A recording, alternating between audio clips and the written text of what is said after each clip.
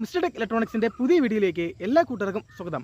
Clock മുതൽ mobile phone വരെ പ്രവർത്തിക്കണമെങ്കിൽ അതിൽ ഓസിലേറ്റർ എന്ന ഉപകരണം വയ്ക്കേണ്ടതുണ്ട്. എന്താണ് ഓസിലേറ്റർ? മലയാളത്തിൽ ഇതിനെ ആന്തോളന യന്ത്രം എന്ന് പറയുന്നു. ബാറ്ററിയിൽ നിന്നുള്ള DC സിഗ്നലിനെ AC സിഗ്നലാക്കി കൺവേർട്ട് ചെയ്യുക എന്നതാണ് ഓസിലേറ്ററിന്റെ ധർമ്മം. ഇന്നത്തെ വീഡിയോയിൽ ഓസിലേറ്ററിനെ കുറിച്ചും അത് എങ്ങനെ പ്രവർത്തിക്കുന്നു എന്നതിനെക്കുറിച്ചും ഒരു ചെറിയ ഓസിലേറ്റർ സർക്യൂട്ട് ഉണ്ടായിക്കൊണ്ട് എങ്ങനെ നമുക്കൊരു റേഡിയോ ട്രാൻസ്മിറ്റർ ഉണ്ടാക്കാം എന്നുള്ളതിനെക്കുറിച്ചുമാണ് ഞാൻ ഈ വീഡിയോയിൽ എക്സ്പ്ലെയിൻ ചെയ്യുന്നത്. വീഡിയോ ഇഷ്ടപ്പെട്ടാൽ ലൈക്ക് ചെയ്യുക, എൻ്റെ യൂട്യൂബ് ചാനൽ സബ്സ്ക്രൈബ് ചെയ്യുക. ഓക്കെ ഫ്രണ്ട്സ്, നമുക്ക് നേരെ വീഡിയോ സ്റ്റാർട്ട് ചെയ്യാം. ഫ്രണ്ട്സ്, ഞാൻ ആദ്യം മണ്ണിൽ നിന്ന് ഒരു കല്ല് എടുക്കുകയാണ്. അതിനുശേഷം തയ്യലിന് ഉപയോഗിക്കുന്ന ഒരു നൂലും ഞാൻ എടുക്കുകയാണ്. എന്നിട്ട് ഈ കല്ലിനെ നൂലുകൊണ്ട് കെട്ടിയ ശേഷം ഒരു സ്റ്റാൻഡിലേക്ക് തൂക്കിയിടുന്നു. അങ്ങനെ നമുക്കൊരു സിമ്പിൾ പെൻഡുലം ഉണ്ടാക്കിയെടുക്കാം. ഇനി ഈ പെൻഡുലത്തിലേക്ക് ചെറിയൊരു ബലം കൊടുത്താൽ അത് അങ്ങോട്ടും ഇങ്ങോട്ടും ആടുന്നതായിട്ട് നിങ്ങൾക്ക് കാണാം. ഇങ്ങനെ ആടുന്നതിനെ ഓസിലേഷൻ എന്നാണ് പറയുന്നത്. മലയാളത്തിൽ ഇതിനെ ദോലന ചലനം എന്ന് വിളിക്കുന്നു. ഈ ഒരു ചലനത്തെ ഗ്രാഫിക്കലി റെപ്രസെൻ്റ് ചെയ്യുകയാണെങ്കിൽ നമുക്ക് കിട്ടുന്നത് ഒരു സൈൻ വേവ് ആണ്.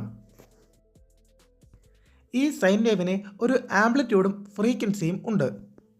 ഈ ഒരു പെൻഡുലം A പോയിന്റിൽ നിന്നും B പോയിന്റിലേക്കുള്ള ഡിസ്റ്റൻസ് ആണ് ഇതിൻ്റെ ആംപ്ലിറ്റ്യൂഡ്. ഒരു സെക്കൻഡിൽ ഈ പെൻഡുലം എത്ര തവണ അങ്ങോട്ടും ഇങ്ങോട്ടും ആടുന്നു എന്നതിൻ്റെ കണക്കാണ് ഇതിൻ്റെ ഫ്രീക്വൻസി.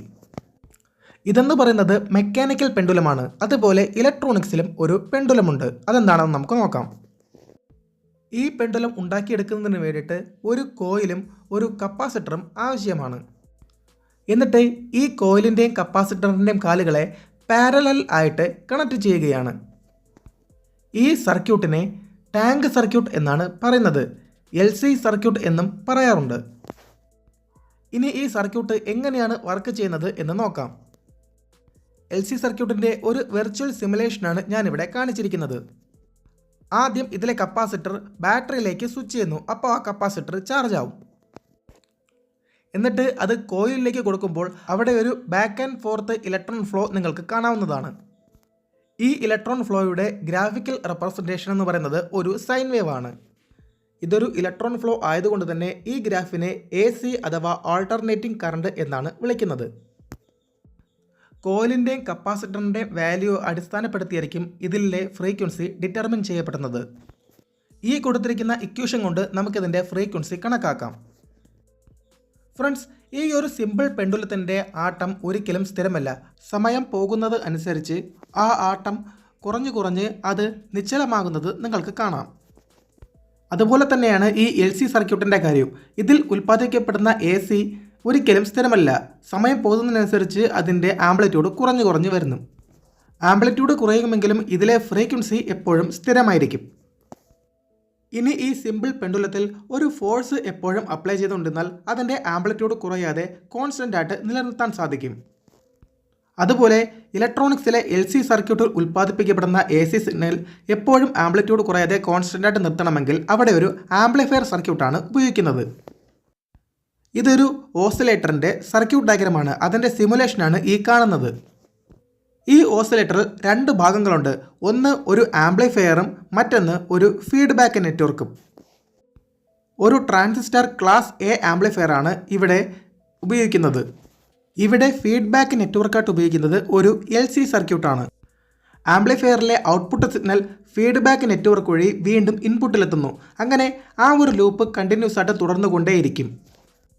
അതിൻ്റെ റിസൾട്ട് എന്ന് പറയുന്നത് ഒരു സൈൻ വേവ് ആണ് നമുക്ക് കിട്ടുന്നത്. ഇതിലെ LC സർക്യൂട്ടിൻ്റെ കോയിലിൻ്റെയും കപ്പാസിറ്ററിൻ്റെയും വാല്യൂ അനുസരിച്ചുകൊണ്ട് ഇതിൽ ജനറേറ്റ് ചെയ്യുന്ന AC സിഗ്നലിൻ്റെ ഫ്രീക്വൻസിയും വ്യത്യാസപ്പെട്ടിരിക്കും. ഈ ഒരു സർക്യൂട്ടിൻ്റെ പേരാണ് ഹാർട്ട്ലി ഓസിലേറ്റർ.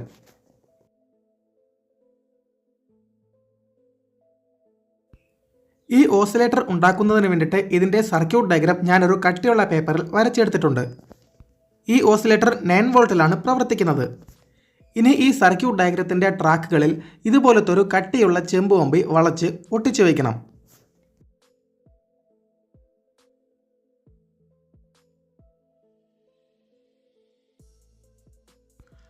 ഇതിലേക്ക് ഒട്ടിക്കാനായിട്ട് ഞാൻ ഇവിടെ യൂസ് ചെയ്യുന്നത് ഒരു സൂപ്പർ ഗ്ലൂ ആണ്.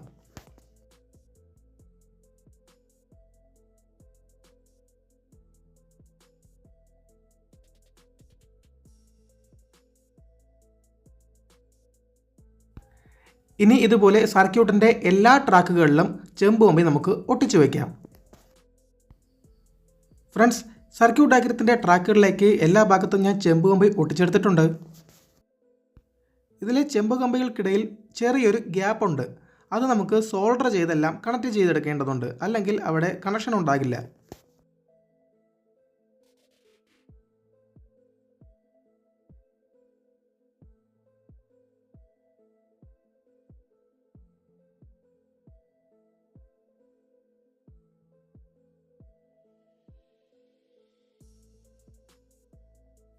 ഒരു ഭാഗത്തെ ജോയിൻറ്റുകൾ ഞാൻ സോൾഡർ ചെയ്ത് കണക്ട് ചെയ്തിട്ടുണ്ട്. ഇനി മറ്റുള്ള ജോയിൻറ്റുകളും ഇതുപോലെ സോൾഡർ ചെയ്ത് കണക്ട് ചെയ്യണം.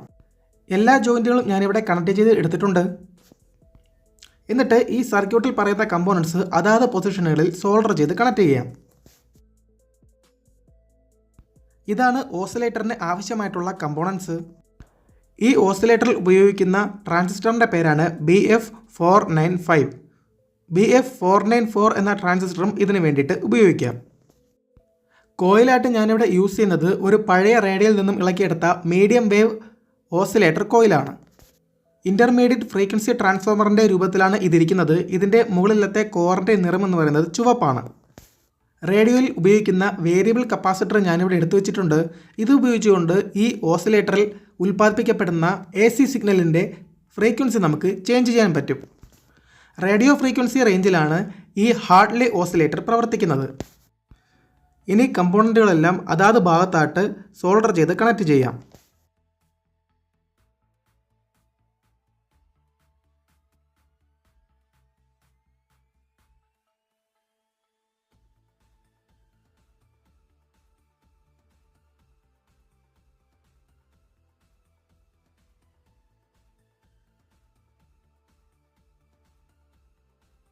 ട്രാൻസിസ്റ്റർ ഇതിലേക്ക് കണക്ട് ചെയ്ത പോലെ ബാക്കിയുള്ള എല്ലാ കമ്പോണൻറ്റുകളും ഇതിലേക്ക് സോൾഡർ ചെയ്ത് കണക്ട് ചെയ്യണം.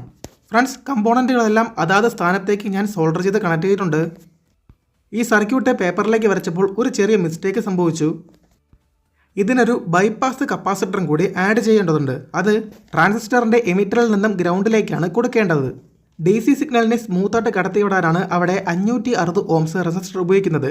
ACയെ കടത്തിവിടാൻ വേണ്ടിയിട്ടാണ് ഇവിടെ ബൈപ്പാസ് കപ്പാസിറ്റർ ഉപയോഗിക്കുന്നത്. അതിൻ്റെ വാല്യൂ എന്ന് പറയുന്നത് 10 നാനോഫാരഡ് ആണ്.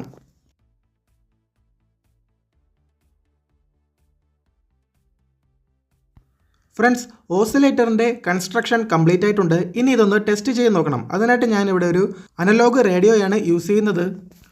ഈ ഓസിലേറ്റർ സർക്യൂട്ടിൽ യൂസ് ചെയ്തിട്ടുള്ളത് മീഡിയം വേവ് ഓസിലേറ്റർ കോയിലാണ്. അതുകൊണ്ട് തന്നെ ഇത് പ്രവർത്തിക്കുന്നത് മീഡിയം വേവ് ബാൻഡിലാണ്. ഈ റേഡിയോ മീഡിയം വേവിലേക്ക് സെറ്റ് ചെയ്യണം.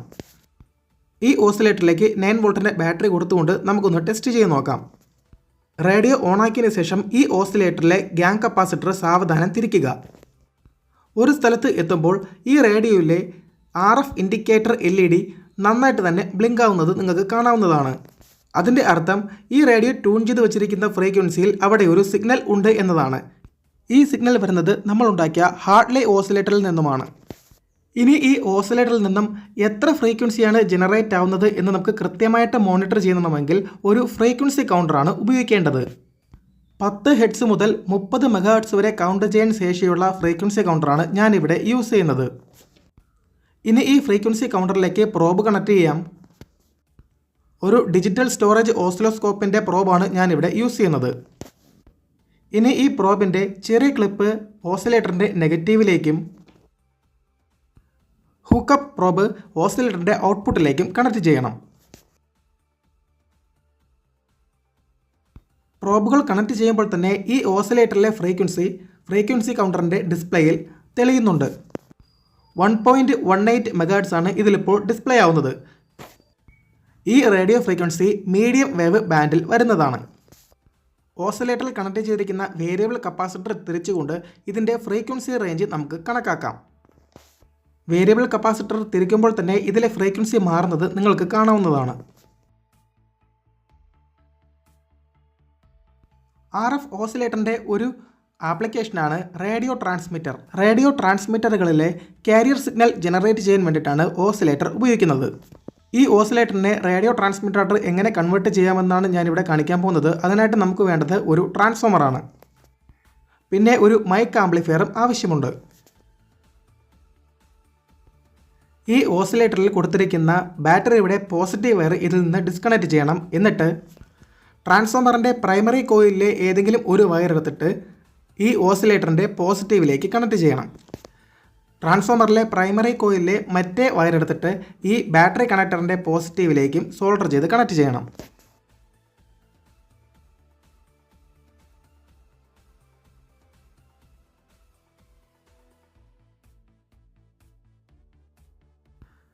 അടുത്തതായിട്ട് ട്രാൻസ്ഫോമറിൻ്റെ സെക്കൻഡറി കോയിലിലെ വയർ എടുത്തിട്ട് ഈ ഓഡിയോ ആംപ്ലിഫയറിൻ്റെ ഔട്ട്പുട്ടിലേക്കും കണക്ട് ചെയ്യണം. ഈ ട്രാൻസ്ഫോമറിലെ സെക്കൻഡറി കോയിൽ എന്ന് പറയുന്നത് സെൻറ്റർ ടാപ്ഡാണ്. അതുകൊണ്ട് തന്നെ സെൻറ്ററിലെ ഒരു വയറും സൈഡിലെ ഏതെങ്കിലും ഒരു വയറും മാത്രം ഉപയോഗിച്ചാൽ മതി.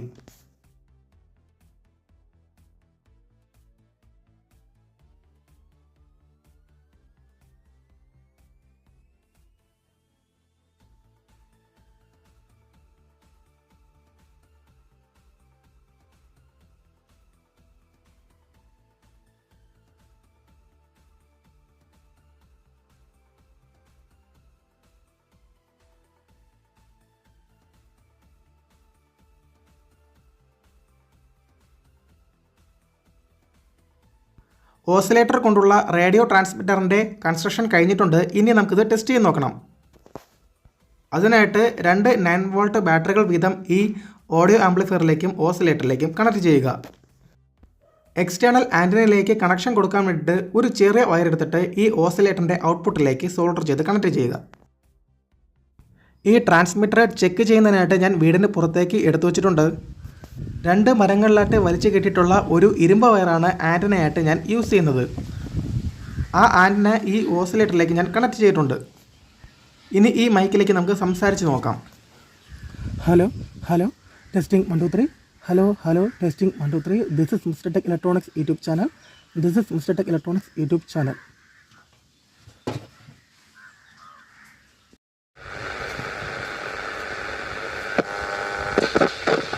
Hello, testing 1 2 3.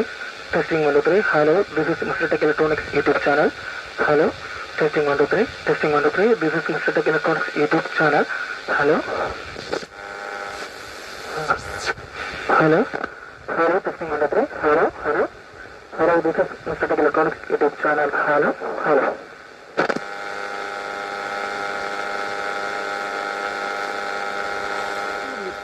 ഓസിലേറ്ററിനെ കുറിച്ചുള്ള ഇന്നത്തെ വീഡിയോ നിങ്ങൾക്ക് എല്ലാവർക്കും ഇഷ്ടപ്പെട്ടു എന്ന് ഞാൻ വിശ്വസിക്കുന്നു. ഇതുപോലുള്ള വളരെ വ്യത്യസ്തമായ വീഡിയോകൾക്കായി എൻ്റെ യൂട്യൂബ് ചാനൽ സബ്സ്ക്രൈബ് ചെയ്യുക, ബെല്ലൈക്കൺ ക്ലിക്ക് ചെയ്യുക, ഓൾ ഇനേബിൾ ചെയ്യുക. പുതിയൊരു വീഡിയോയിൽ മറ്റൊരു നല്ല കണ്ടന്റുമായിട്ട് നമുക്ക് വീണ്ടും കാണാം. It's me Joman. This is mister tech electronics signing out.